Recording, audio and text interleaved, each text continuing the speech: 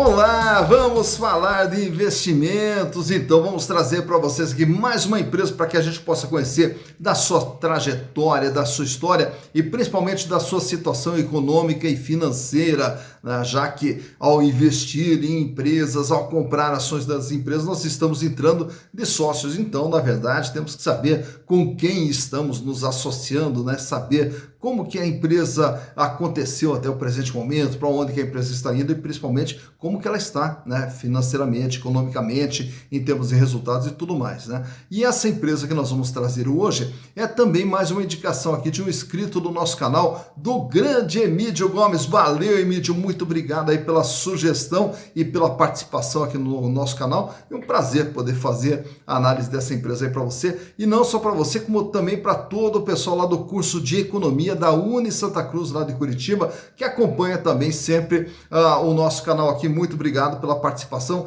de todos vocês, um forte abraço. E a empresa que nós vamos trazer hoje é novata na Bolsa agora, em dezembro do ano de 2020, ela fez o seu IPO e aí abriu o seu capital, então já tem suas ações negociadas na Bolsa também. E a empresa que nós estamos falando é a Neogrid Participações S.A., uma empresa lá de Joinville, Santa Catarina. Mas para que a gente possa falar da Neogrid, que abriu o capital recentemente, mas a história dela é bem mais antiga, ela vem lá dos anos 70, então vamos retratar um pouquinho dessa empresa, saber como tudo isso aí aconteceu. Mas para falar dessa empresa, nós temos que falar também de empreendedorismo e nós temos que falar de uma personalidade, Miguel Aboab. O Miguel Aboab, ele se formou em engenharia mecânica no ITA, lá em São Paulo.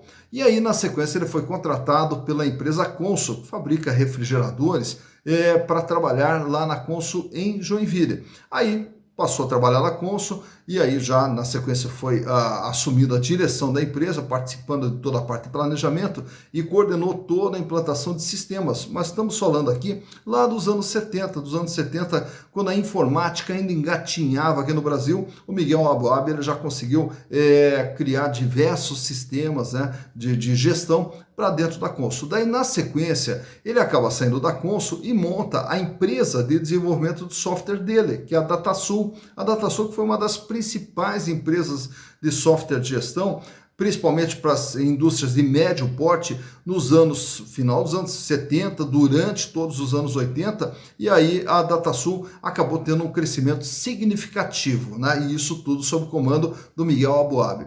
Na sequência, ele acabou vendendo a DataSul para o grupo TOTUS, né? E aí, no ano de 1999, aí ele voltou a empreender e aí montou a Neogrid. E o que a Neogrid faz? A Neogrid, ela desenvolve software e esse software ele é mais relacionado à otimização dos estoques, mas relacionado à parte de logística, fazendo uma integração entre fabricante, distribuidor e ponto de venda, onde através do software nós temos uma gestão de todas essas informações para que não falte material lá na prateleira e que não sobre material lá na prateleira do lojista ou do distribuidor. Então, através da inteligência artificial, monitora como que está o giro dos estoques lá na ponta de venda. E aí, consequentemente, o sistema todo alimenta as informações para fornecimento, né, desses estoques lá para as pontas de venda, otimizando os custos, reduzindo toda a parte de custos, não só para o lojista, como para o distribuidor e principalmente para o fabricante também. Então, e essa é a Neogrid. E aí, dos anos de 1999 para cá, fez diversas aquisições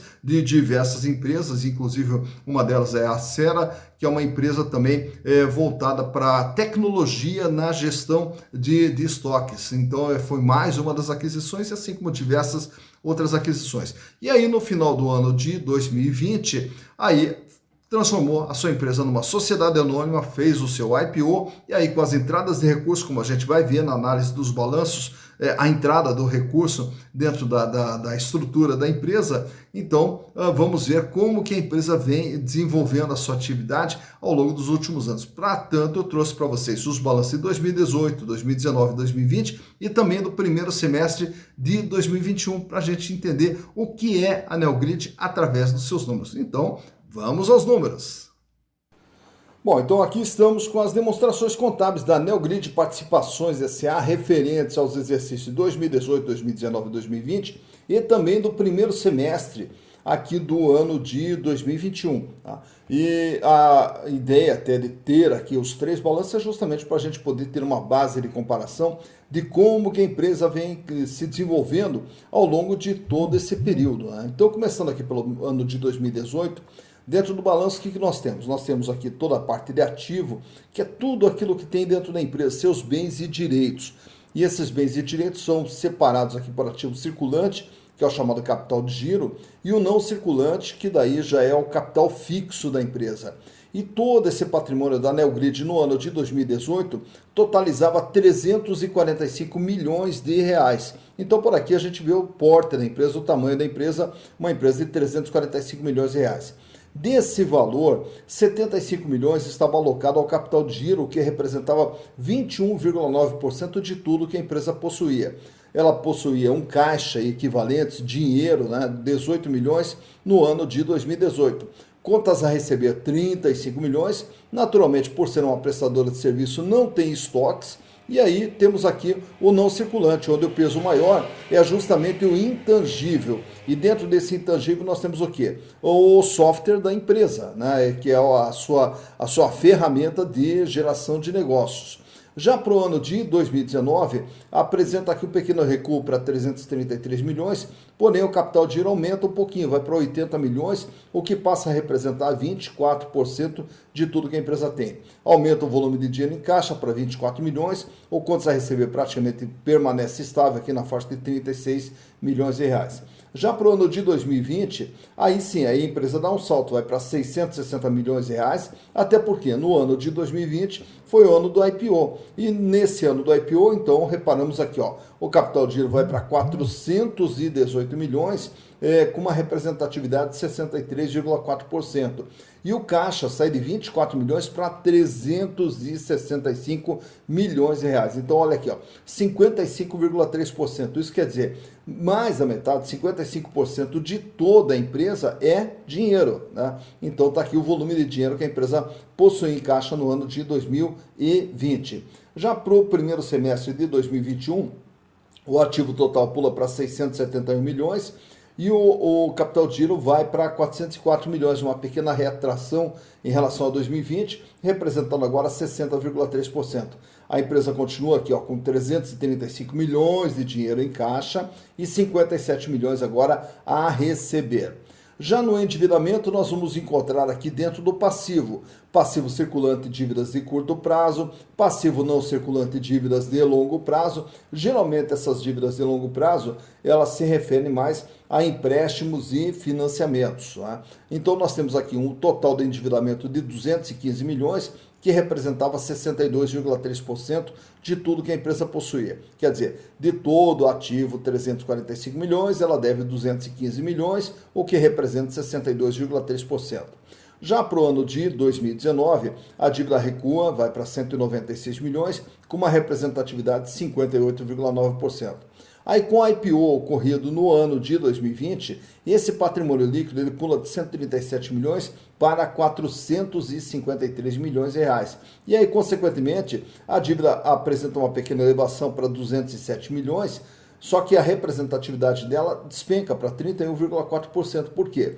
Porque agora a empresa tem um patrimônio de 660 milhões e deve 207 milhões, portanto, ela deve 31,4% de tudo aquilo que ela tem. Nos 6 primeiros meses do ano de 2021, o endividamento recua mais um pouquinho para 202 milhões e agora passa a representar 30,2%. Então, uma dívida extremamente baixa, né, para o porte da empresa. Agora vamos ver a geração de resultados da empresa, que é visto aqui pela demonstração de resultados do exercício. Então, aqui nós temos tudo que a empresa gera de receitas e, naturalmente, o resultado líquido, o lucro líquido que sobra ao final de cada exercício. Em 2018, a Neogrid faturava 177 milhões, em 2019 o faturamento foi para 207 milhões, para 2020 o faturamento aumenta um pouquinho aqui para 212 milhões, e nos 6 primeiros meses do ano, ela já tem um faturamento de 117 milhões, o que projeta um faturamento anual na faixa de 235, 240 milhões para o ano de 2021. Tá? E aí o lucro da empresa. Em 2018 ela lucrou 11.926 com uma margem líquida de 6,7%. No ano de 2019, 8.654 com uma margem de 4,2%, o recuo aqui na margem líquida, e aí sobe novamente o lucro para 12 milhões, com uma margem agora de 5,8%, e para 2020 já tem um lucro de 15 milhões, olha só, então o lucro em 6 meses é maior do que o lucro do ano passado inteiro, né, e fechando em 15 milhões de reais, e a margem também é recuperada aqui para 13%. Então aqui nós temos a receita que vem crescendo gradativamente, os resultados da empresa, apesar da queda, ele se recupera e já começa a dar sinais de crescimento, o endividamento da empresa extremamente baixo, né? E o capital de giro da empresa extremamente satisfatório, até porque ela tem 335 milhões em dinheiro em caixa, que naturalmente que esse dinheiro na sequência agora vai ser usado para novas aquisições, para o crescimento, né, ainda maior da empresa na sequência do ano de 2021. E aproveitando que estamos com os números aqui, vamos também trazer os gráficos para mostrar a liquidez da empresa, como que está a sua situação financeira. As primeiras barrinhas que nós temos ali retratam a liquidez geral. O que é a liquidez geral? Capacidade de pagamento das obrigações de curto, médio e longo prazo. E esse índice ele começa ali baixinho, ele começa com 0,39 em 2018, 0,42 em 2019, aí ele dá aquele salto para 2,03 em 2020, até em função do IPO, com a entrada de recursos, e ele fecha no primeiro semestre de 2021 com 2. Isso quer dizer, para cada R$1 de dívida, a empresa já tem R$2, então ela paga e sobra bastante. Já a liquidez corrente, que é as outras barrinhas, elas medem a capacidade de pagamento só no curto prazo, só no ano. No ano ela tem condição de pagar suas dívidas.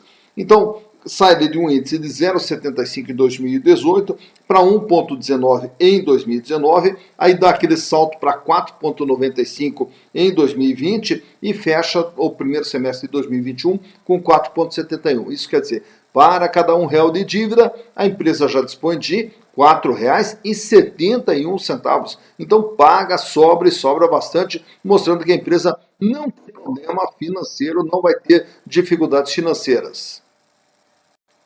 Já na sequência temos também os índices de endividamento para medir qual o tamanho da dívida em relação ao patrimônio da empresa. Ele sai de um índice de 62,3% em 2018, recua um pouquinho para 58,9% em 2019 e aí despenca, vai para 31,4% em 2020 e 30,2% no primeiro semestre de 2021. Naturalmente que essa redução da dívida é em função justamente da entrada dos recursos provenientes do IPO. Então isso mostra o quê? De todo o patrimônio da empresa, de todo o ativo da empresa, ela deve apenas 30,2%, uma dívida muito baixa. E por fim temos aqui agora os índices de rentabilidade, que é o que a empresa gera de ganho. Então começando ali pela margem líquida, que é o que ela gera de ganho em relação àquilo que ela produz de receitas. Ele sai de um índice de 6,7% em 2018, recua para 4,2% em 2019, aí já sobe um pouquinho, vai para 5,8% em 2020, e no ano de 2021 vem trabalhando com uma margem líquida que sobra limpo para a empresa de 13%. Já a rentabilidade do ativo mede qual o retorno que a empresa tem em relação a todo o investimento feito dentro do ativo da empresa. Ele sai de um índice de 3,4%, recua um pouquinho para 2,6% e mais um recuo para 1,9%. Em relação ao ativo, a empresa gera um ganho de 1,9%. Já a rentabilidade do PL, que está mais relacionada aos acionistas, então ele mostra ali que no ano de 2018 o acionista ganhava 9,2%, que é o lucro em relação ao investimento feito dentro do PL. No ano de 2019 cai para 6,3% e no ano de 2020 fecha com 5,8%. Isso quer dizer, os recursos postos pelo acionista dentro da empresa geraram um ganho através dos lucros de 5,8% no ano de 2020. Tá então, conhecida mais uma empresa, né? O Grid Participações S.A., mais uma empresa lá de Santa Catarina, né? E aí, naturalmente, passa a ser também mais uma opção, já que a gente está tendo diversas empresas que fizeram seu IPO no ano de 2020, 2021, então a gente está tendo uma crescente nessas empresas aí que passam a ser opções de investimentos, né, para todo mundo. Mas naturalmente que ao investir você tem que tomar certos cuidados, né? Então ao investir a gente tem que pegar a empresa, saber o que ela faz, para onde que ela está indo e principalmente saber como que está lá a sua situação financeira. A empresa tem dificuldade financeira ou não? Porque através das dificuldades financeiras pode comprometer o desempenho da empresa e pode fazer com que a empresa comece a cair, aí você perde o seu investimento, ou coloca seu investimento em risco. Outro ponto, endividamento. Como é que está o endividamento? Está nivelado, está baixo, está alto? Porque também o endividamento, quando ele cresce, ele sufoca a empresa e também coloca seu investimento em risco. E, naturalmente, fechando a parte de rentabilidade. A empresa dá lucro, não dá lucro, a empresa gera retorno, não gera retorno, porque quando você investe, você busca o quê? Retorno. Então, nós temos que saber se essa empresa é uma geradora de retorno ou não. A ideia é o que é? É você minimizar seus riscos na hora de você fazer a sua aplicação e potencializar as probabilidades de ganho que vai ter dentro dos seus investimentos. E isso só se tem através das informações da análise dessas empresas. Então, o canal Silas Negro traz para você aqui todas essas informações para que você possa investir sempre de forma consciente e com toda a segurança, ou pelo menos com o que for possível em termos de segurança, para você não colocar seu investimento em risco. Dito isso, bons investimentos para você.